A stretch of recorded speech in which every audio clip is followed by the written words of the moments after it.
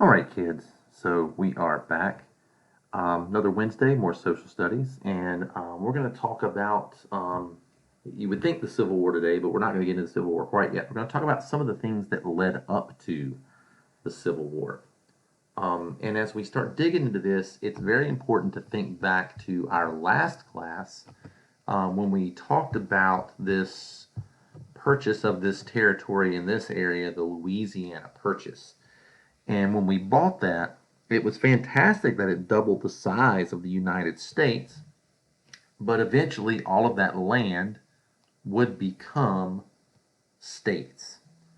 And as the land started becoming states, some very odd things started happening. About at this time, we had about 22 states, and half of them were pro slavery, they owned slaves, and half of them were anti slavery. They did not have slaves. And so both sides saw the introduction of new states as a possible way where the power might shift in the Senate. And neither side really wanted to allow one side or the other side to become more powerful. And so it was about this time when Missouri was about to become a state that a gentleman by the name of James Talmadge he put in two amendments into his state's constitution. That's like we have the United States Constitution, but each state has a constitution as well. But he put some amendments in there that were anti-slavery amendments, and things were going smoothly for a while. But then all of a sudden, the bill wasn't passed, and it was kind of an eye opener at that point that slavery was going to start being a very hot topic in the United States. Um, and so it was about this time, and I really love the way they put this, that the seeds of the Civil War were sown. And it started right here with this Missouri Compromise. And it was kind of like the nation's first step, the United States' first step towards civil war. You could argue that. And again, like I said, they were drawing up their Constitution, and James Talmadge wanted to have anti slavery language in the Constitution, and some people did not like that. The bills, due to that, were not passed. And so that led to some more dominoes starting to fall. Now, slavery, again, remained a very hot button topic. Again, in 1819, half of the United States, half of America's states were free, the northern states, and half of them were slave states. Now, the free states had larger populations, they had more people, so they actually controlled the House of Representatives. However, um, there was equal control and equal representation of the Senate.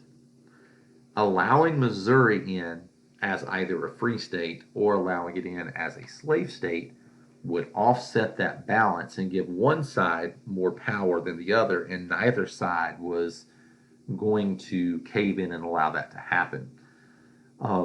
At this time, the people against slavery, the anti slavery portion of Congress, they argued that, listen, from now on, every state that comes in should be a free state.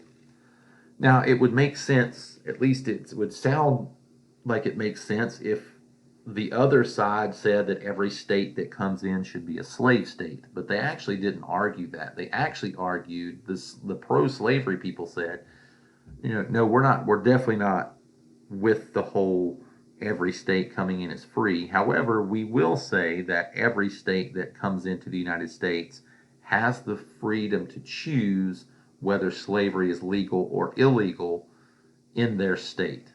And we need to think about the way things were at that time, the way people thought, the ways of life. In any of those states that opened up that were based off of agriculture, you can guarantee they were going to be pro slavery. And the pro slavery side, they knew this. They weren't stupid when they were thinking about some of this stuff. And they knew that the opportunity for more slave owning states to come in was probably going to happen. And so when you look at the word, the Missouri Compromise, a compromise is when people have to make a decision where both sides aren't necessarily fond of the other side's idea. So it's Saturday morning, and you say to your parents, I want to sit downstairs and play video games all day. That doesn't sound very cool to your parents. They say, no, I want you to go in your room, get all of your dirty clothes up. I want you to clean off the counters and dust. I want you to vacuum, and I want you to change the sheets on your bed and make up your bed. You don't like what they're saying, and they certainly don't like what you're saying, so you could come to a compromise. And a compromise would be, all right, let's talk about this. I know that my room needs to be cleaned, but I really want to get on and play in this Fortnite tournament. So, how about this? I will get all of my clothes out of my room and into the washing machine. Um, then I will play in the tournament for an hour, and when the tournament's over, I'll go back upstairs and vacuum and change the sheets on my bed. And that would be something that I think both sides could say, you know what, that sounds fair. I think we could do that. And so that's kind of what happens here with the Missouri Compromise. And it was important to Henry Clay and some others that happened.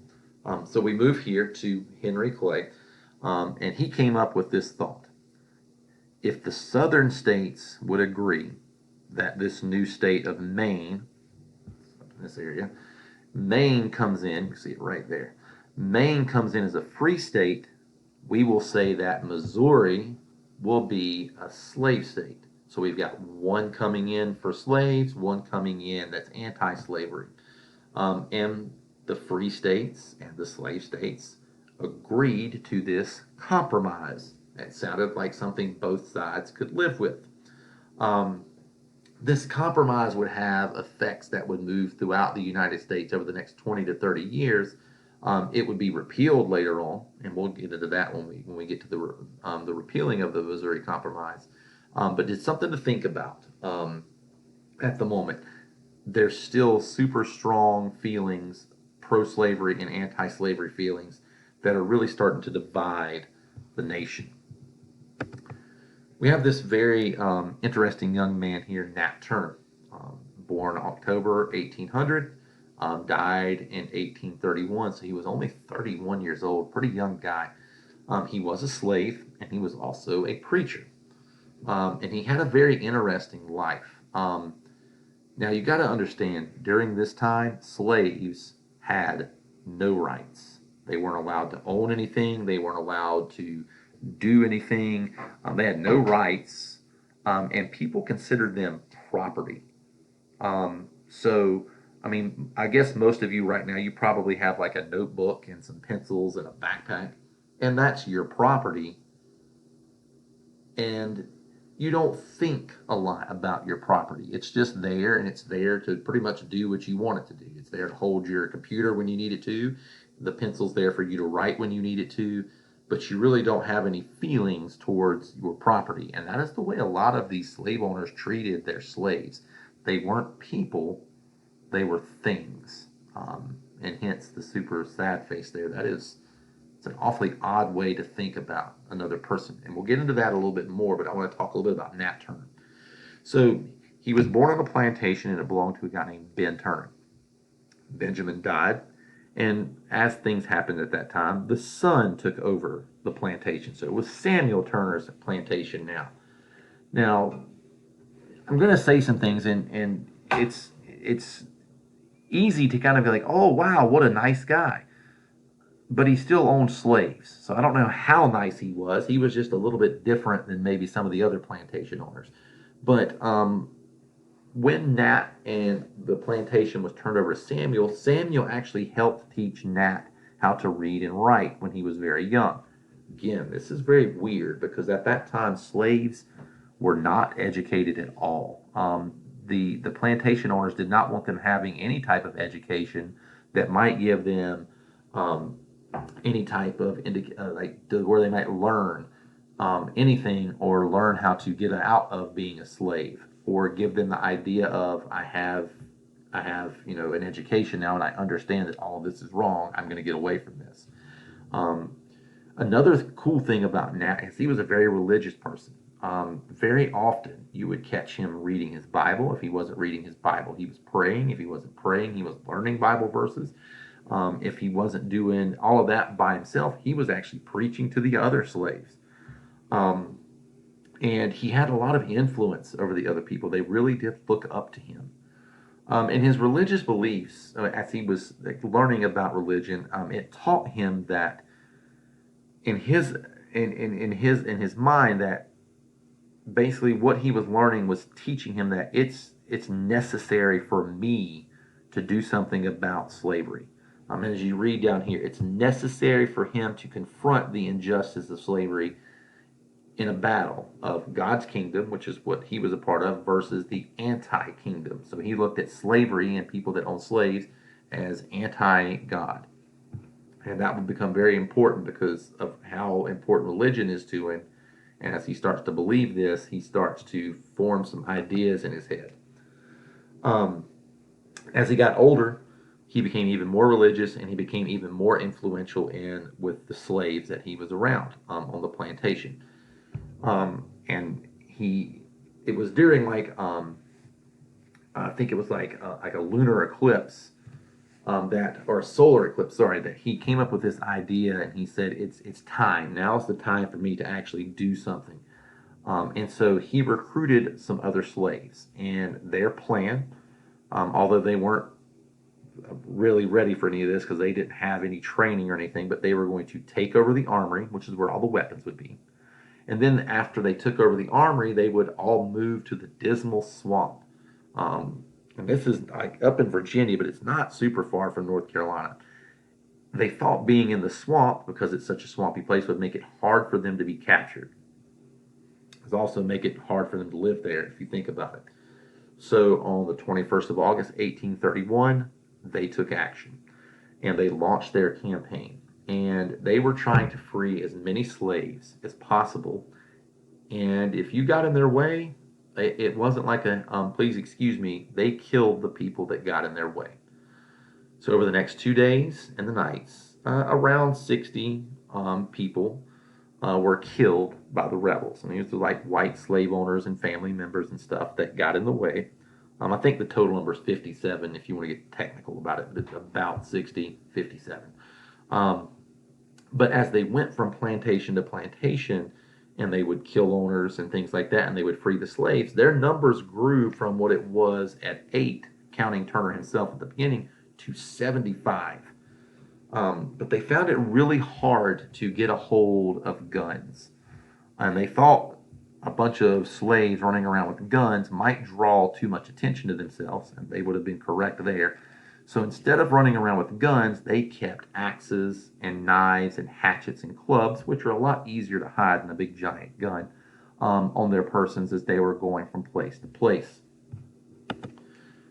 So again, this is all of this culminated. It's called the Nat Turner Rebellion, and so as they went around from plantation to plantation, they did kill 57 people in their mission to free these slaves. They didn't just call like a couple of arms people to come take it. They called like a militia in. That's a lot of people. And it says reinforced by 3 companies of militia. We're talking like a small army in. And this small army was not very kind to the people that were part of the Nat Turner Rebellion. They weren't put in jail. They weren't tried. They didn't have prison sentences. They killed them. If you were part of the rebellion, they killed you. Nat Turner was lucky for a little bit because he escaped, but they eventually found him as well, and they hung him in November 11th. Now, the thing about this that I think is kind of crazy is many other black people in the plantations were killed in retaliation, and they actually had nothing to do with the rebellion at all. Which is kind of sad, but it also came up with some new changes as well. The Nat Turner Rebellion resulted in laws that restricted religious assembly for slaves. They could no longer just kind of get together on their own. They had to have a white minister present. Well, let's be very honest. They're probably not going to go do that. So it was like really hard for them to worship and have religious services.